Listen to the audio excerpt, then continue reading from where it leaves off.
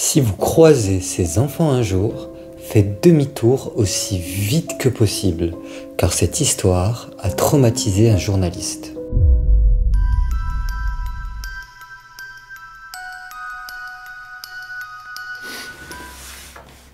It's okay. Sorry.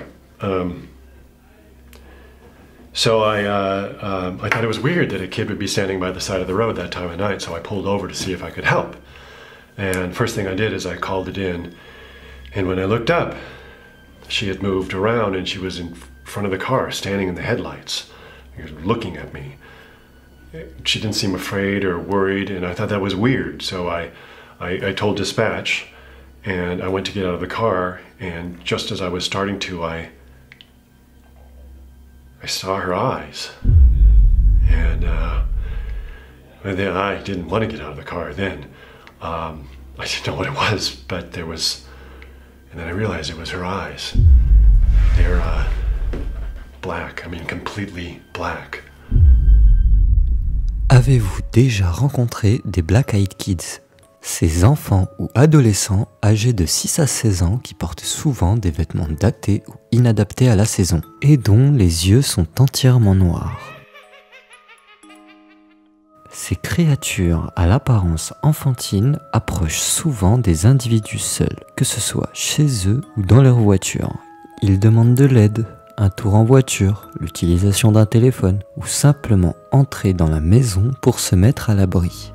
Donc ça là, c'est à retenir, hein. Bien sûr, faut aider les gens quand on peut, mais rappelez-vous que c'est leur approche parce que ça va vous aider à comprendre ce qui va arriver par la suite. Leur ton est généralement monotone et ils insistent souvent de manière répétée et urgente. Ceux qui ont rapporté ces rencontres décrivent souvent un sentiment de peur intense et inexplicable avant même de remarquer les yeux noirs des enfants. Vous connaissez cette sensation quand, genre gamin, on était seul dans un ascenseur avec un inconnu et on était en panique, on savait même pas pourquoi. Alors qu'en vrai, ça se trouve, le mec, il était Père Noël chez Carrefour. Certains pensent qu'il s'agit d'esprits ou de démons, tandis que d'autres les considèrent comme des extraterrestres. D'autres encore croient qu'ils pourraient être des êtres d'une autre dimension ou des êtres humains possédés. Après, comme dit, hein, chacun y croit ce qu'il veut. Hein. Moi, tout ce que je sais, c'est que si je les vois, bah eux, je ferai tout pour que moi, ils me voient. Hein. C'est mort. La légende des Black Eyed Kids a été largement diffusée sur Internet, en particulier sur des forums et des sites dédiés au paranormal. Elle a également été le sujet de nombreux articles, vidéos, podcasts et même de films d'horreur. Et cette légende commence avec un nom, celui de Brian Bethel. Ah, Brian. Vous savez ce gars-là? Eh ben, c'était sûrement l'élément déclencheur qui a permis de délier les langues. Et vous allez comprendre de quoi je parle. Attendez un peu. Nous sommes en 1996 dans le Texas, aux États-Unis. Cette année précise, un journaliste du nom de Brian Bethel nous raconte une histoire. Ce jour-là, Brian avait eu une rude journée et une soirée plutôt mouvementée. Il lui restait plus qu'à déposer un chèque, puis il pourrait enfin rentrer chez lui se détendre, et c'était mérité. Donc, il prit la route du cinéma d'Abilene. Il savait qu'une boîte aux lettres nocturne se trouvait là, et c'était parfait pour déposer son chèque. Une fois arrivé, il était là, dans sa voiture, garé devant le cinéma. Il se mit à remplir le chèque pour le déposer, mais alors qu'il était concentré sur son chèque, on a soudainement frappé à la fenêtre de sa voiture. Lorsqu'il a levé les yeux, il vit deux garçons âgés d'environ 10 et 14 ans. Les garçons avaient une peau olivâtre et des cheveux noirs. Ils portaient des vêtements ordinaires, mais légèrement démodés. Leur présence fit que Brian fut envahi par une peur irrationnelle et intense sans même savoir pourquoi. Il n'eut même pas le temps d'y penser car un garçon lui faisait signe. Il baissa à peine la vitre que les garçons se mirent à lui parler. Désolé de vous déranger, monsieur. En fait, on était venu voir un film et on vient de se rendre compte qu'on a oublié notre argent à la maison. Si on fait l'aller-retour à pied, on n'arrivera jamais à temps. Vous pourriez nous déposer au moins chez nous, s'il vous plaît? Bethel était méfiant quant aux intentions des deux jeunes garçons. Mais ça restait des jeunes adolescents, et il s'en serait voulu de ne pas les avoir aidés. Mais c'était sans compter ce frisson et cette peur qui continuaient de l'envahir. Il avait peur comme si sa vie en dépendait, comme quelqu'un qui va avoir un accident et qui a peur pour sa vie. Mais il était là, à l'arrêt, assis dans sa voiture. Qu'aurait-il pu lui arriver? La discussion se poursuivit un instant, mais les garçons parurent bizarres. Ils n'arrêtaient pas d'insister pour entrer et de dire des phrases comme « Nous ne pouvons pas entrer à moins que vous nous disiez que c'est bon. Nous ne pouvons pas venir chez vous à moins que vous nous disiez que c'est bon. » À aucun moment, Brian n'avait parlé de les emmener chez lui. Qu'est-ce que c'était que ce charabia? Pardon? T'es sérieux mon ref?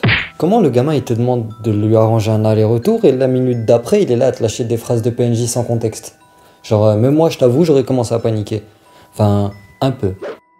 Alors que la conversation continuait, Bethel a d'un coup levé la tête et c'est là qu'il remarqua une chose. Les yeux des garçons étaient complètement noirs. Pas d'iris, rien, uniquement un noir profond. L'adrénaline et la peur se mirent à monter en flèche et il se mit à réfléchir à un moyen de fuir. Bethel a prétexté avoir oublié son chéquier et a dit au garçon qu'il le cherchait dans la voiture un instant. Et c'est là qu'il en a profité pour rapidement démarrer la voiture et quitter le parking en trombe. Et en jetant un rapide coup d'œil dans son rétroviseur, il a vu que les garçons étaient partis, comme si ils s'étaient évaporés. Après cet incident, Brian Bethel a partagé son expérience sur un forum en ligne, ce qui a attiré l'attention de nombreuses personnes. D'autres ont commencé à partager des histoires similaires et la légende des Black Eyed Kids a commencé à se propager. Vous comprenez maintenant pourquoi je parlais d'éléments déclencheurs. En fait, Brian il a permis à un tas de personnes qui avaient vécu des expériences similaires d'enfin pouvoir délier leur langue, soulagés de ne pas être les seuls à avoir vécu ces expériences sinistres. Du coup, bien ouais, Brian. Bethel a réaffirmé la véracité de son histoire à plusieurs reprises au fil des ans, et cela malgré le scepticisme de certains. Son récit reste l'un des témoignages les plus célèbres et les plus détaillés sur les Black Eyed Kids. Alors, réalité, légende ou fiction, les Black Eyed Kids stimulent encore l'imagination de nombreuses personnes et continuent de fasciner et d'effrayer ceux qui entendent parler de ces mystérieux enfants aux yeux noirs. Et voilà comment se termine cette histoire sur les Black Eyed Kids. Et vous, à la place de Brian, vous auriez réagi comment? J'espère que cette histoire vous aura plu autant qu'à moi, et si c'est le cas, abonnez-vous et n'hésitez pas à liker, partager et commenter la vidéo. Sur ce, je vous dis à la prochaine et bye bye!